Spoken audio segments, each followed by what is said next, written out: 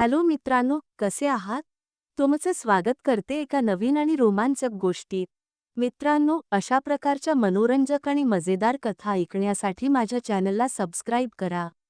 माझं लग्न होऊन 2 वर्ष झाली आहेत. पण मला अजूनही पतिसुख मिळालेलं नाही. माझे पती तो काम करू शकत नाहीत आणि आता मला ती इच्छा रोखणं खूप कठीण होत आहे. त्यामुळे मी प्रत्येक क्षण अस्वस्थ राहते. जेव्हा मी मामा यांच्या मुलाच्या लग्नाला गेले होते, तेव्हा त्या लग्नात माझ्या भावाशी माझं 3 वेळा काही विशेष अनुभव घेणं झालं. माझं नाव शिला आहे, वय 23 वर्ष. माझं लग्न होऊन 2 वर्ष झाली आहेत. माझा फिगर इतर महिलांपेक्षा मोठा आहे, त्यामुळे मी खूप आकर्षक दिसते. आणि सर्वजण मला खूप पसंत करतात. मित्रांनो, मी 12वी पासूनच त्या प्रकारचे व्हिडिओ खूप पाहत होते. त्यामुळे मला ते काम करण्याची नेहमीच इच्छा होत असे. मला त्या कामाची सवय इतकी लागली होती की ते केल्याशिवाय मला मनःशांती मिळत नव्हती. माझे अनेक बॉयफ्रेंड्स होते आणि मी त्यांच्याशी भेटण्यासाठी अनेकदा त्यांच्या हॉस्टेलवर जायची. हॉस्टेलमध्ये माझे बॉयफ्रेंड माझ्या सर्व अपेक्षा पूर्ण करायचे. मला हवं ते सर्व काही हॉस्टेलमध्ये मिळत असे, ज्यामुळे मला खूप आनंद मिळायचा. ते क्षण माझ्या आयुष्यातील अविस्मरणीय होते. आयुष्यातील सर्वोत्तम क्षणांपैकी एक म्हणजे मला सुरुवातीपासूनच एकापेक्षा जास्त बॉयफ्रेंड ठेवायला आवडायचे. यामध्ये एक वेगळाच आनंद असतो, जो शब्दांत सांगता येत नाही. लग्नापूर्वी मला वाटायचं की लग्नानंतर मला हवी ती प्रत्येक गोष्ट भरपूर प्रमाणात मिळेल. पण माझ्या नशिबाला काहीतरी वेगळंच मान्य होतं. लग्नाच्या पहिल्या रात्रीच मला समजलं की माझे पती ते काम करू शकत नाहीत. हे लक्षात आल्यानंतर मी डोकं धरून बसले आणि विचार करायला लागले की आता माझं संपूर्ण आयुष्य मी कसं जगणार. पण मी काहीही करू शकत नव्हते. मला माझ्या पतीसोबत संपूर्ण आयुष्य घालवणं आवश्यक होतं. एक-एक करून दिवस जात राहिले. आणि मला समजलंही नाही की 2 वर्ष कधी संपली. मला सर्वाधिक दुःख याचं होतं की मला अजूनही मुलंबाळ झालं नव्हतं आणि मला मुलं खूप आवडतात. एके दिवशी माझ्या मामांचा फोन आला. त्यांनी सांगितलं की अमितचं लग्न आहे आणि तुला नक्की यायला हवं. माझ्या मामांचे 3 मुलगे आहेत. अमित दुसऱ्या क्रमांकाचा आहे. मोठ्या भावाचं लग्न आधीच झालं होतं. मी मामांना सांगितलं की मी नक्कीच लग्नाला येईन. लग्नाच्या 2 दिवस आधी मी मामांच्या घरी पोहोचले. तिथं पोहोचल्यावर मला खूप छान वाटलं. मामांनी घर खूप सुंदरपणे सजवलं होतं. त्यामुळे तिथं खूप प्रसन्न वाटत होतं. लग्नाचं वातावरण खूप छान वाटत होतं. लहान मुलं इकडून तिकडे पळत होती आणि मोठी माणसं वेगवेगळ्या गटांमध्ये गोष्टी करत होती. 2 वर्षांनी मी कोणत्याही कार्यक्रमाला गेले होते. त्यामुळे तिथलं वातावरण मला खूप आवडलं आणि मनाला खूप आनंद मिळाला. मी हे सगळं पाहत होते. तेव्हाच मी पाहिलं की माझ्या मामांचा लहान मुलगा राहुल माझ्याजवळ येत होता. राहुल माझ्या जवळ आला तेव्हा मी त्याला पाहून आश्चर्यचकित झाले. कारण तो खूप उंच आणि देखणा झाला होता. तो इतका सुंदर दिसत होता की मी मनातच विचार करू लागले की मला असाच नवरा हवा होता. सर्व लग्न झालेल्या स्त्रियांच्या काही गरजा असतात आणि राहुलसारखं मुलगा त्या गरजा पूर्ण करू शकतो.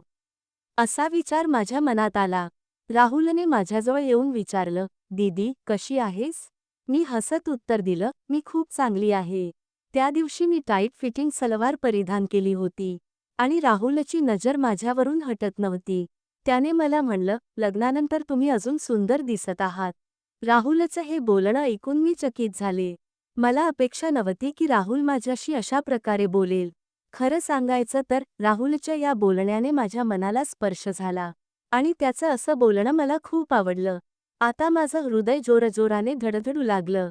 राहुलच्या जवळ राहिल्यावर मला एक वेगळाच आनंद मिळत होता, जो शब्दांत सांगणं कठीण आहे. काम करण्याची इच्छा होऊ लागली आणि आता मी अस्वस्थ होत होते. स्वतःला थांबवणं कठीण होतं, पण मी खूप प्रयत्नांनी स्वतःला सावरलं. मी राहुलला विचारलं, "माझं तर लग्न झालं आहे, तुझी कोणी गर्लफ्रेंड आहे का?" राहुल हसून म्हणाला, "दीदी, अजूनपर्यंत नाही आहे, पण तुमच्यासारखी कोणी भेटली तर नक्की गर्लफ्रेंड बनवेन." राहुलचं हे बोलणं ऐकून मी लाजले आणि डोळे खाली केले. आता राहुलच्या प्रत्येक गोष्टी माझ्या मनाला भिडत होत्या. आम्ही गप्पा मारत होतो, तेव्हाच राहुलचे मित्र अंशुल आणि सुमित आमच्याकडे आले. राहुलने मला अंशुल आणि सुमितशी ओळख करून दिली. अंशुल आणि सुमितही राहुलप्रमाणे उंच, पुरेसे आणि देखणे होते. 3 तरुण मुलांच्या मध्ये उभं राहून मला खूप छान वाटत होतं. त्याचवेळी माझ्या कॉलेजच्या दिवसांच्या आठवणी जाग्या झाल्या. मित्रांनो, मी तुम्हाला आधीच सांगितलं आहे की कॉलेजमध्ये माझे अनेक बॉयफ्रेंड होते. यानंतर राहुल मला माझ्या खोलीत घेऊन गेला आणि मी फ्रेश होण्यासाठी गेले. जेव्हा मी फ्रेश होऊन बाहेर आले, तेव्हा पाहिलं की मेहंदीचा कार्यक्रम सुरू झाला होता. आमच्याकडे लग्नात मेहंदीच्या कार्यक्रमात वराला मध्यभागी बसवतात आणि त्याच्या भोवती सर्व पाहुणे जमा होतात. मग वराच्या हाताला मेहंदी लावली जाते. मेहंदीचा कार्यक्रम सुरू होता आणि मीही तिथे गेली. सगळं पाहायला खूप छान वाटत होतं. त्याचवेळी मला माझ्या मागे काहीतरी हालचाल जाणवली. मी मागे वळून पाहिलं तर अंशुल माझ्या मागे उभा होता. मला आता सगळं छान वाटत होतं, त्यामुळे मी अंशुलला थांबवलं नाही. काही वेळ अशीच हालचाल चालू राहिली आणि मग मी शांत झाले. अंशुलच्या या वागण्याने मी आतून हादरले होते आणि त्यामुळे माझ्या मनात अस्वस्थता वाढली. मी स्वतःला रोखू शकत नव्हते आणि आता तर सहनही होईना. मला वाटत होतं की जे हवं आहे ते मिळायलाच हवं. अंशुल जेव्हा हे करत होता तेव्हा राहुलने त्याला पाहिलं. राहुलला माझी अस्वस्थता समजली आणि त्याला कळलं की मला काय हवं आहे. थोड्या वेळानंतर मी माझ्या खोलीत फ्रेश होण्यासाठी गेले. जेव्हा मी खोलीबाहेर येत होते तेव्हा राहुल तिथेच उभा होता. राहुलने मला विचारलं, "दीदी, तुम्ही खूप बेचैन दिसत आहात. तुम्ही सांगितलं तर मी तुमची ही अस्वस्थता दूर करू शकतो." मी राहुलला म्हणाले, "इथं सगळे लोक आहेत, आपण असं काही कसं करू शकतो?" त्यावर राहुल म्हणाला, "दीदी, याची तुम्ही काळजी करू नका. मी काहीतरी मार्ग काढीन. आपण ते काम कुठल्याही परिस्थितीत करूनच राहू आणि तुम्हाला हवं ते मिळेल." यानंतर मी राहुलला माझ्या भावना स्पष्टपणे सांगितल्या. मी राहुलला सांगितलं की तुझे जिजाजी ते काम करू शकत नाहीत. म्हणूनच लग्नाच्या 2 वर्षांनंतरही मला पतिसुख मिळालेलं नाही. आता मी अजिबात सहन करू शकत नाही. मला ते प्रत्येक परिस्थितीत हवं आहे. राहुल म्हणाला, "जेव्हा बारात निघण्याचा वेळ येईल तेव्हा सगळ्यांचं लक्ष तिथेच असेल. आपण ते काम त्यावेळी करू शकतो." आता मी बारात निघण्याची बेसब्रीने वाट पाहू लागले, कारण माझं संयम संपत चाललं होतं. थोडा वेळ वाट पाहिल्यानंतर शेवटी तो क्षण आला, ज्याची मी आतुरतेने वाट पाहत होते. बारात निघायला सुरुवात झाली आणि सगळ्यांचं लक्ष बारातीकडे होतं. त्याचवेळी राहुल मला त्याच्या खोलीत घेऊन गेला. जेव्हा आम्ही राहुलच्या खोलीत पोहोचलो, तेव्हा अंशुल आणि अमित आधीच तिथे उपस्थित होते. अंशुलने मला विचारलं, "दीदी, आम्हालाही वाहत्या गंगेत हात धुवायचे आहेत." हे ऐकून मी लाजले आणि माझे डोळे खाली केले.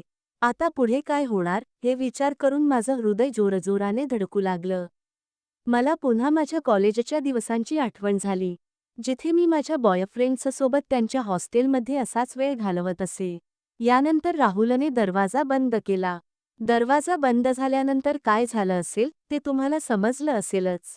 हा कार्यक्रम 3-4 तास चालला. त्यानंतर आम्ही राहुलच्या खोलीतून बाहेर पडलो.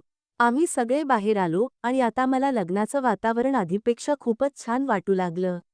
दुसऱ्या दिवशी दुपारी भैया आणि वहिनी नववधू म्हणून आमच्या घरी आले. भैयाची निवड खूपच चांगली होती, कारण वहिनी खूपच सुंदर होत्या. सर्व स्त्रिया मंगलगीत गात होत्या आणि लहान मुलं फटाके फोडत होती. तो क्षण माझ्या आयुष्यातील सर्वात आनंददायक क्षणांपैकी एक होता, जो मी कधीच विसरू शकत नाही. मी काही दिवस मामांच्या घरीच राहिले.